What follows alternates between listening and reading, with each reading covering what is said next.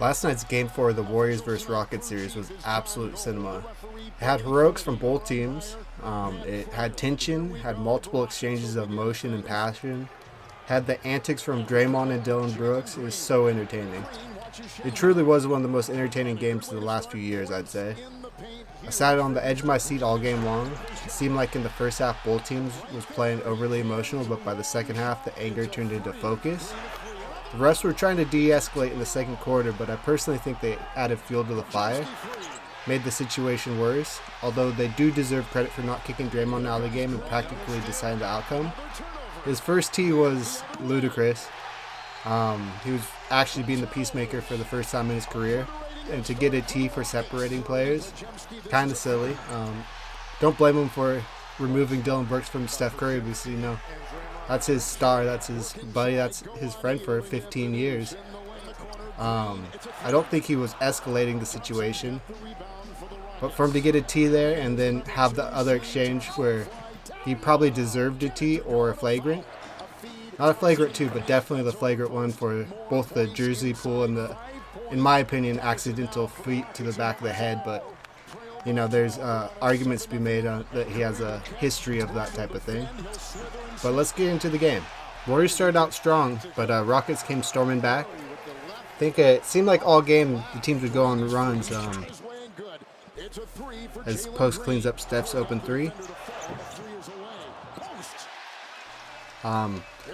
Each team would go on little 8 to 10 point streaks, while the other team would seemingly go cold.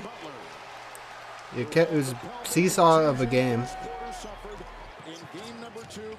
Jabari hitting a three. Sengun dishing it to Jabari for a midi right after that. Both teams played well. There wasn't, besides turnovers, as Moody has an interesting slip. Somehow Pods gets an easy layup from it though. Both teams played well. It was a struggle for certain players, like Jalen Green. Moody had an off night. Warriors really, luckily, is a couple role players. All their stars played well. Steph didn't have an amazing game, but I think defensively he was taking a lot of attention. I think he only put up 13 shots, so for him to shoot semi-efficiently even with those 13 shots, even though I don't think he made more than one three-pointer all game, if that. So he couldn't hit his three, and I think he just chose to facilitate and create gravity. As the game ties back up, 34-33, Post hits a big three. It kept seesawing back and forth. First and second quarter seemed like it was anybody's game. Definitely made me nervous as a Warriors fan because Rockets were bringing it. Post was great in the second quarter. I think he got the majority of his points in the second quarter. 2 threes and a couple layups, one cleanup layup. Jimmy started slow. It really just took Dylan Brooks talking to him to get him going. But coming out of halftime, he was laser focused as Post airballs that three. And Rockets fast break, cherry pick. Jalen Green gained 2 of his 9 points. Steph Curry was slashing all game. I think that's how he got most of his points. It makes Dylan Brooks fly by and hits a three.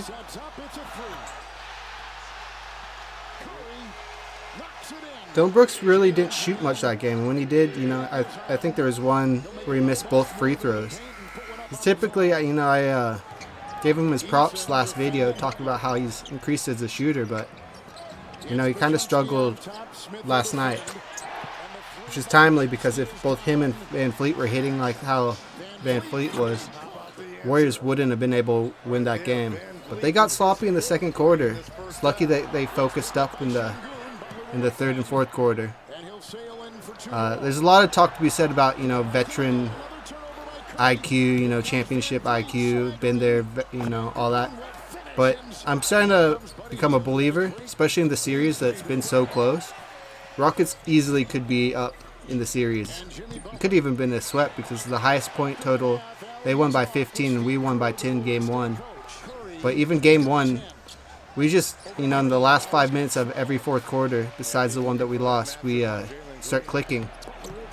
As we're in the third quarter, Butler started facilitating, getting other people going. Back-to-back assists, one to Buddy, one to Pods.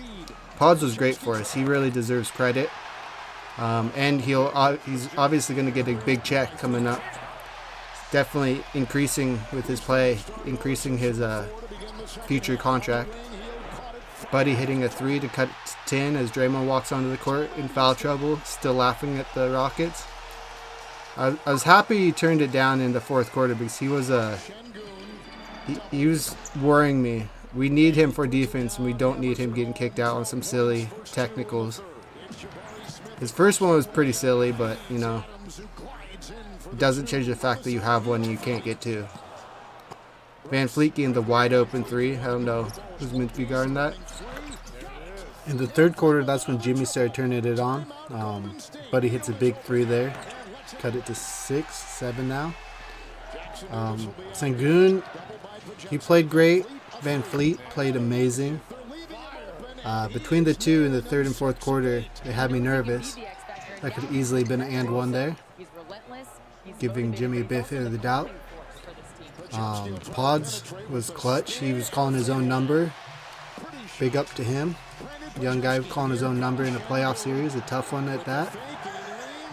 Trace Jackson, I wish he would have played better. I was happy to see him out there, but he only played 6 minutes, and honestly, Sengun had his way with him. It's a tough ask for him, but he's athletic enough to make more of an impact. I'm sure he shoulda. Could have, I should say. His Pods hits a big fading 3, 24 points, 8 of 15. Amin with a tough finish. He was making some tough contested layups all night. He's calling his own number too. I love the young guys calling their own number, having that inner confidence. He kicks it to Gary, who kicks it to Buddy, who actually hits a 3 in Adam's face. I was a little nervous when he shot that up, but I was happy to see it go in. Moody out there for the defense, but Amin just bulldozing through post. Post, if he gets his weight up, he could be a very, very good center in the league for 10 years, especially with a 3-point shot. He just needs to get his weight up, go straight up, play vertical, play a little bit more aggressive, hard nose. It's a tough matchup against Steven Adams because he pushes around anybody. But Pods with a tough and one there. I don't know if it was truly and one, but I mean, it was a foul. He hit his arm, but it's not really a playoff foul, if you ask me. Sengun and Adams, just tough matchup for Draymond to guard. Steph Curry hitting his second 3 all night. Wide open too. Love to see it. 6 minutes left. Sengun and Adams again down low. They're really making sure Rockets walked away with at least 2 points most possessions. Big pass by Buddy to get to Jimmy. Jimmy getting swatted by Adams. Adams had 2 or 3 big blocks in the fourth quarter. Then we fouled him, like I said earlier, and intentionally fouled him to bring him out of the game. 2-point game. Buddy hits a contested fading 3. It's clutch. Buddy really deserves credit. He's hitting some timely shots, playing some timely defense for the series. Pods with a huge block on Van Fleet. All ball. Jimmy not getting the and one like he typically does, but shout out to the tough contested layup. That's why you don't play for the foul. Another big 3. Man, Van Fleet all night long. Tie game with a minute left. This is a big foul by Dillon Brooks. You do not need to put your hand on Jimmy's hip there. If that would have been clean if he hadn't of too. Difference of 3 points, which we eventually won by. Don't blame Gary Payne there. Not many people can guard Sengun. Definitely not a 6'2" guy like him, but does well at contest. 20 seconds left. I expected Steph to hit that, but had me nervous. 1-point game with 10 seconds left. He could have took more time and not got a last shot off, but Jimmy goes up for a huge rebound, gets fouled. 4 seconds left. Does make sense to shoot a little bit early there, because even if we get the ball back like we did and shoot 2 free throws, there is time to get the last shot off. So it makes sense to shoot early, but me personally, I'd play for the win. Jimmy hitting both free throws. He was 12 of 12 tonight. And this is the play. It looked like Van Fleet was going right past Looney, but Looney did well to see what's happening, not foul, and put an arm up. I thought that was... I got nervous, but he somehow squeaked away with the win. Let's talk about the standouts for the Rockets. Sengun with 31 and 10, while going 12 of 28. 28, is it? Yep, 28 from the field.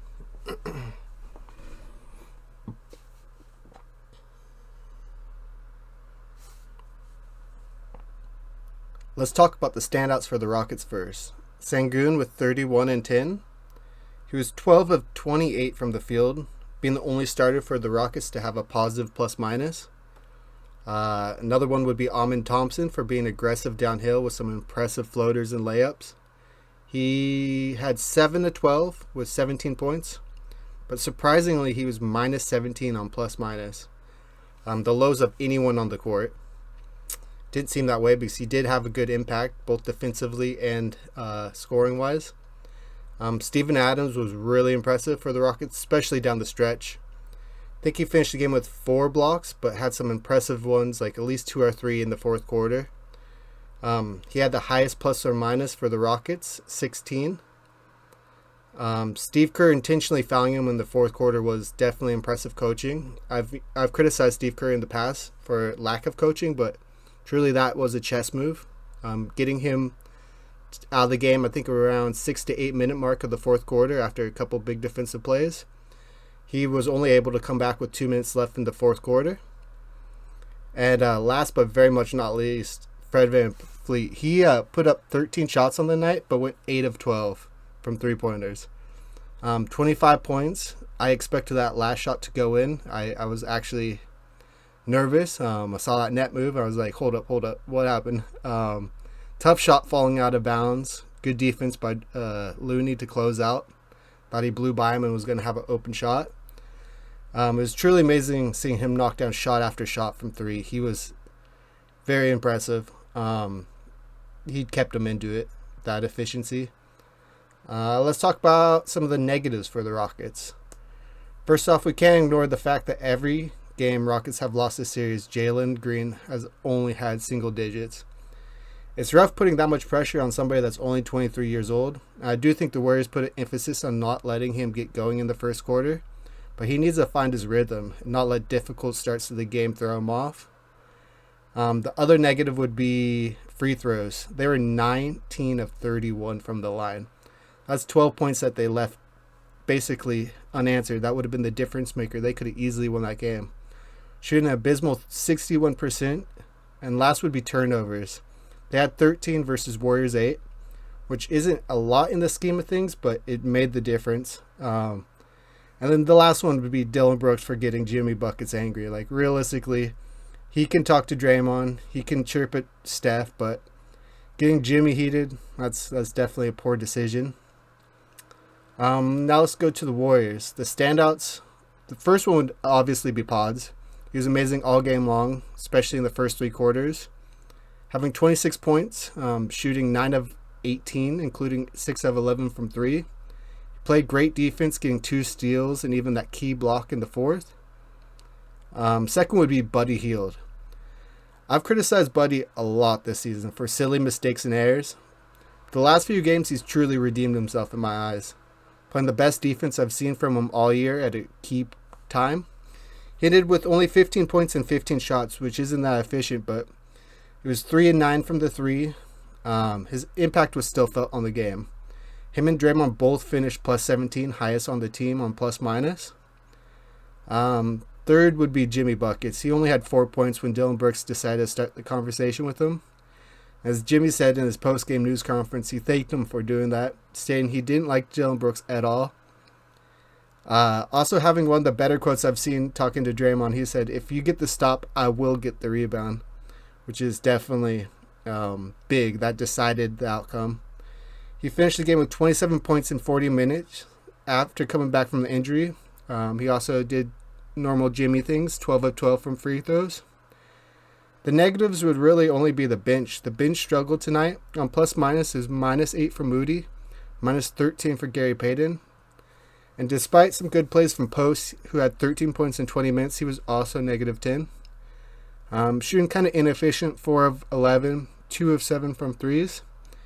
That would be the only real negative that I can pick up from the Warriors. I hope you enjoyed this video. Like and subscribe for more breakdowns. We'll see you next time.